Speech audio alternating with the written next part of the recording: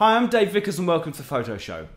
It doesn't matter how long you've been doing photography, every once in a while you're going to come up against a situation that's going to give you issues. I had one of these recently when I was asked to shoot stand-up comedy. I knew I couldn't use flash because that would put the performers off, and the lighting in the club was terrible.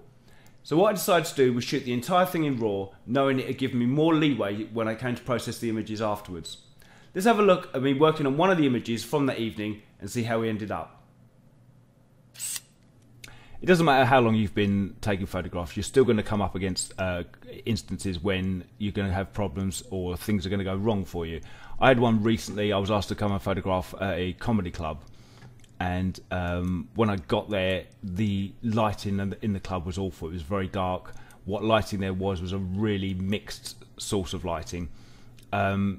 So I made a decision straight off to shoot the photographs in RAW, knowing that it would give me more chance to work on them in post as well and get things balanced out. With the fact there was a spotlight, the comedians were moving in and out of the light, so it was constantly changing. But I've got this photograph here of the brilliantly funny Simon Bligh, and it's a really great photograph. It's got a lot of movement in it, it's got a lot of action in it, but there's a lot of issues. The white balance is out, the colour temperature's wrong. So because it's in a RAW format, I've opened it up in Adobe Camera Raw, and we'll have a look at ways that we can fix this and get this back to being a usable image. We'll start up here, and as you can see, the white balance is as shot. If you do the drop down, you've got a bunch of different options here. So let's try some of the options and see how they go. Let's try auto first off. And let's pull it back down a bit. It's cooled the image down. I'm still not over keen on the skin tones on his face here, so let's try a couple of other options. Daylight. No. Cloudy. It's unlikely that any of the daylight white options will work because the colour temperature is just going to be completely wrong. Tungsten. Tungsten's a bit closer. Tungsten's a little bit closer than auto. Let's have a look at auto again.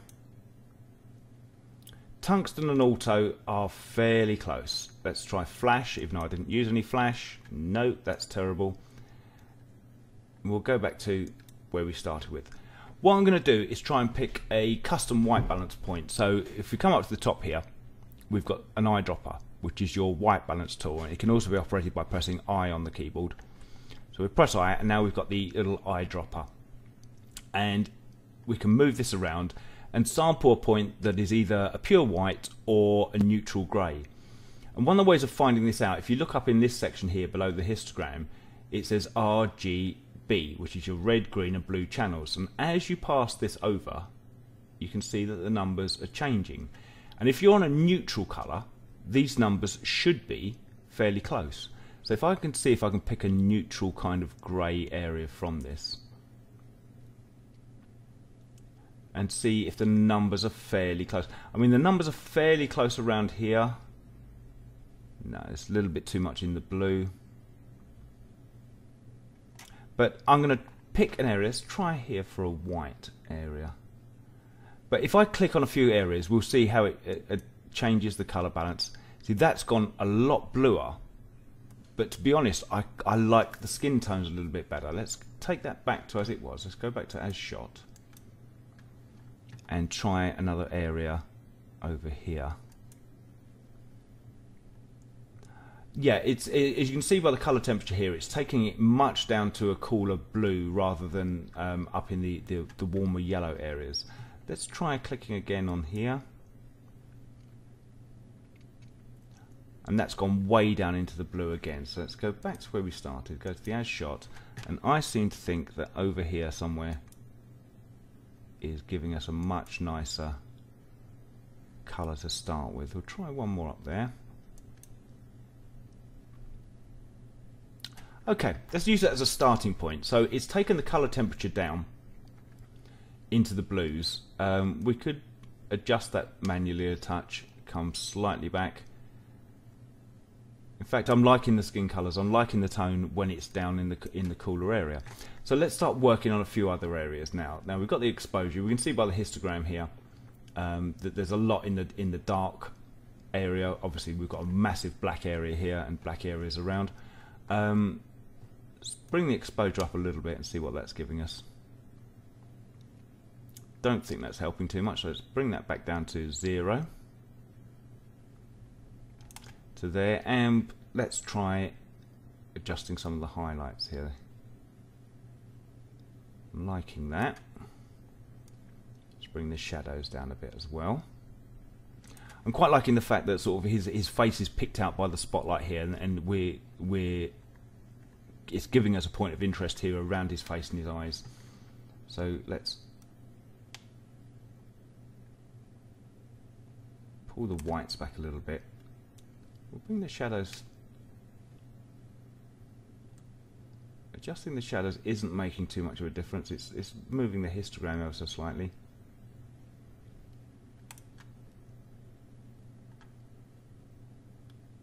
Bring the contrast up a touch. And the clarity, and maybe now we can just touch the exposure up a little bit. Okay, so just in a few moves from where we started, which was here, which the color balance is way off. Everything's too red. It's an awful looking image. In a couple of clicks, we've got the skin tones are back to a more normal skin tone.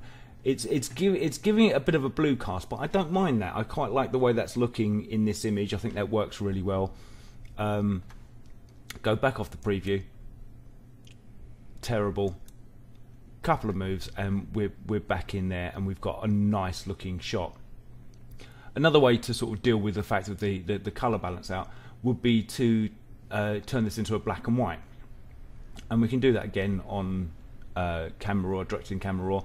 Next to the detail, you have your hue, saturation levels, and grayscale. So we'll click that, and we've got a little option at the top there to convert to grayscale. So let's click that to convert to grayscale, and it's already given us quite a nice looking black and white. But now we can adjust the reds, the oranges, the yellows, the greens, blah blah blah. And with skin tones, they're going to fall within the reds, the oranges, and the yellows. So if we pull that down there, you can start to see the skin tone darkening down there. Oranges again, yeah, you can see definitely orange is the one that's affecting the skin tone the most there. So let's bring that up a little bit there. Not massive effect in the yellow or the skin tone there. Let me bring the reds back up a touch as well. Blues, now we know there's a lot of blues in this shot, and that's darkening down the background a little bit more. Can move the purples. There's some purples in this area that are moving, so maybe we'll darken that down just to unhighlight that.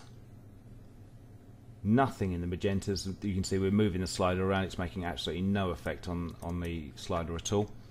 And so I quite like it like that. And I think, considering sort of how we started off, let's go back to the beginning here. That was our original shot. We did some adjustments and then turned it into a black and white. So you've got a couple of options there, from having a shot that was pretty much useless from the way it looked, a few adjustments within Photoshop. We can go back to here, and there we go. So that's before we did that part. That's once we did the black and white. So that's how we did it once we color adjusted it. And there's the black and white version as well. So as you can see, shooting raw can sometimes save the day. I mean, you know, if that had been shot on a JPEG, I wouldn't have been able to get anything out of that. That's fairly useless. You know, the best I could have done probably would be to have turned it into a black and white and just used the tones in the shot rather than any of the colours. But as you can see, back to this part here, take the preview off. Even the colour shot ended up a lot better than the original, just by the fact that we adjusted all the white balance. I'm Dave Vickers. Thanks for watching. See you next time.